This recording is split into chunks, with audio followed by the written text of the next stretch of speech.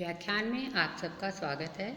इस व्याख्यान में हम अन्नम भट्ट के द्वारा प्रतिपादित 7 पदार्थों में से कर्म आदि कुछ पदार्थों का अध्ययन करेंगे।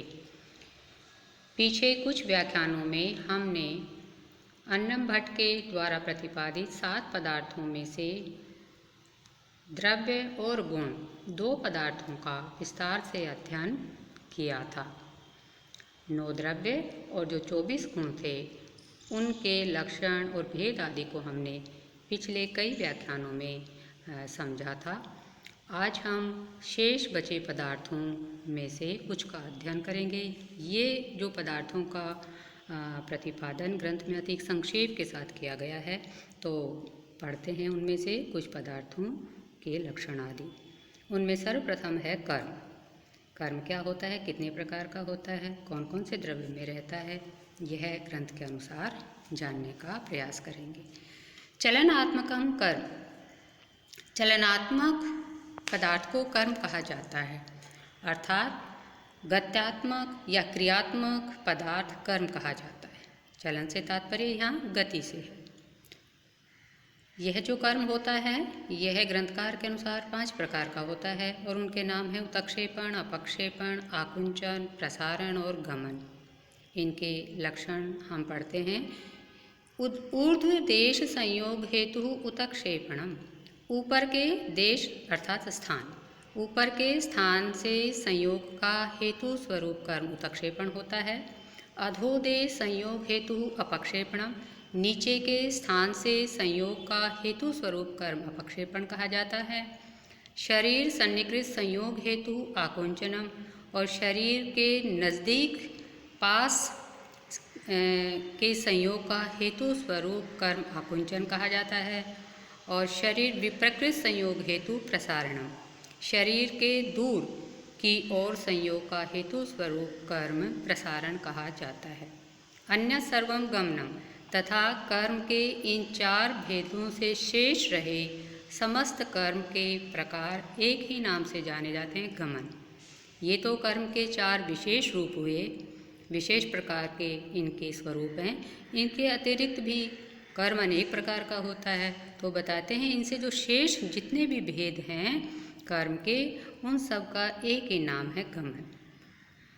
पृथ्व्यादि चतुष्टय मनोमात्र वृत्ति। कर्म शब्द नपुंसकलिंग में है, तो बताया कि यह जो है कर्म पृथ्वी आदि 4 द्रव्यों में तथा मन में रहता है।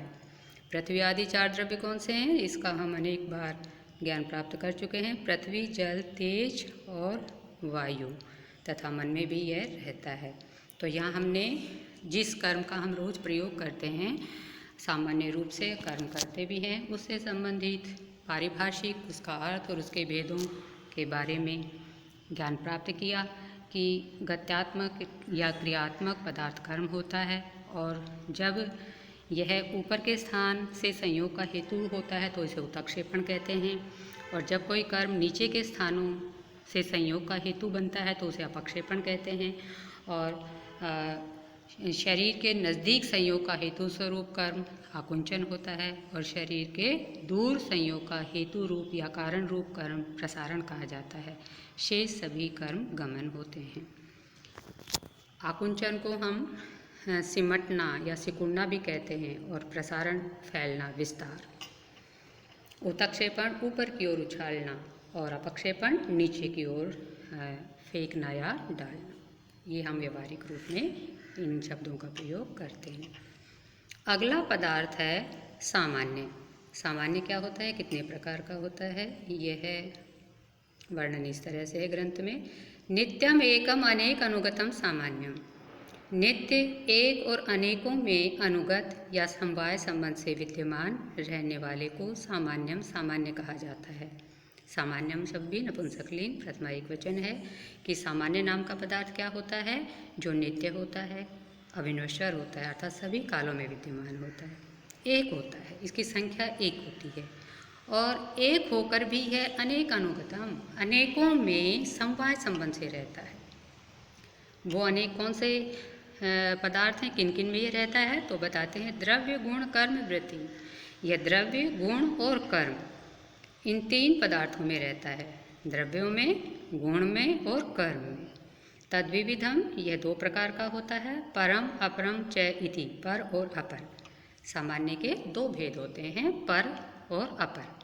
परम सत्ता, जो सत्ता होती है उसे पर कहा जाता है। सत्तात्मक अस्तित्वात्मक जो सामान्य है उसे पर कहा जाता है। अपरम द्रव्यत्वादि, और जो द्रव्यत्वादि है, द्रव्यों में जो द्रव्यत्वादि होता है उसको अपर सामान्य कहा जाता है। द्रव्यत्वादि जैसे पृथ्वी आदि जो द्रव्य हैं, तो उनमें ये जो द्रव्यत्व होता है सामान्य, उनमें ये सभी में विद्यमान होता है, और ये द्रव्यत्व गुण कर्म आदि से उनको पृथक भी करता है। इसी तरह से ये तो उन द्रव्यों को बाकी शेष पदार्थों से अलग करता है द्रव्यत्व, लेकिन विभिन्न द्रव्यों में अलग अलग हम देखें पृथ्वी, तो पृथ्वी में पृथ्वीत्व होता है।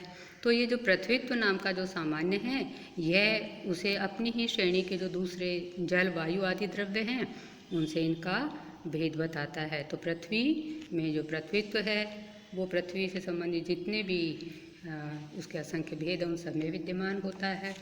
और इस तरह से जो द्रव्य में द्रव्यत्वादि होता है वह तो अपर सामान्य होता है, ये सभी में होता है, एक होता है और नित्य होता है। और जो सत्तात्मक सामान्य होता है जिसके कारण सत्ता होती है पदार्थ की, वो पर सामान्य कहा जाता है। अब आगे बताते हैं विशेष। विशेष क्या होता है, तो बताते हैं विशेष असंख्य होते हैं। जैसा कि नाम से स्पष्ट है कि प्रथमा के बहुवचन में इसका प्रयोग आया है, तो ये असंख्य होते हैं। सामान्य अभी हमने पढ़ा था अनेकों में होकर भी एक होता है, और ये जो विशेष हैं ये अनेक होते हैं। रहते किस में हैं? नित्य द्रव्य वृत्तय है, ये नित्य द्रव्यों में रहते हैं। जो नित्य द्रव्य हैं उनमें रहते हैं। तो और होते क्या हैं? व्यावर्त का विभेदक होते हैं, भिन्नता बताने वाले होते हैं।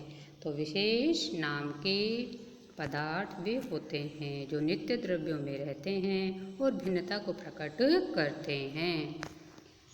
सामान्य एक होता है अनेकों में होकर भी, और विशेष असंख्य होते हैं, रहते ये भी नित्य में हैं। पृथ्वी जल आदि के जो परमाणु हैं, हमने पढ़ा था पृथ्वी जल आदि को पढ़ते समय कि इनके दो रूप होते हैं, कार्य रूप और जो कारण रूप है, नित्य और अनित्य रूप पढ़े थे हमने। जो कार्य रूप होता है वो अनित्य होता है, और जो कारण रूप होता है वो नित्य होता है, वो परमाणु रूप होता है। तो वो जो पदार्थों के परमाणु रूप हैं, नित्य रूप हैं, उनमें ये विशेष विद्यमान रहते हैं, और ये विशेष ही एक परमाणु से दूसरे की भिन्नता को प्रकट करते हैं। अब हम इनसे संबंधित जो लघुत्तरात्मक संस्कृत प्रश्न हैं उनके उत्तरों का अभ्यास करते हैं। प्रश्न हो सकता है कर्म किम, तो उत्तर होगा चलनात्मकम कर्म। प्रश्न इसके साथ ये भी हो सकता है कतिविधम, तो उत्तर होगा पंचविधम। और फिर उसके नाम हम बताएंगे, उत्क्षेपणम, अपक्षेपणम, आकुंचनम, प्रसारणम, गमनम च। अगला प्रश्न हो सकता है सामान्यम किम, तो इसका उत्तर होगा नित्यम एकम अनेक अनुगतम सामान्यम। सामान्य की तीन विशेषताएं एक साथ बताई जाएंगी, नित्यम एकम अनेकानुगतम, द्रव्य गुण कर्मसु वर्तते, कतिविधम एतद् विविधम भवति, परम अपरम च इति। अगला प्रश्न हो सकता है विशेषाः के, यहाँ विशेष अनेक हैं तो प्रश्न होगा के, तो इसका उत्तर हम बताएंगे नित्य द्रव्य वृत्तयो व्यावर्तका विशेषात्। ये दोनों विशेषण एक साथ हमें बताने होंगे, नित्य द्रव्य वृत्तयो और व्यावर्तका। नित्य द्रव्य वृत्तयः व्यावर्तका विशेषा कथ्यन्ते या विशेषा भवन्ति।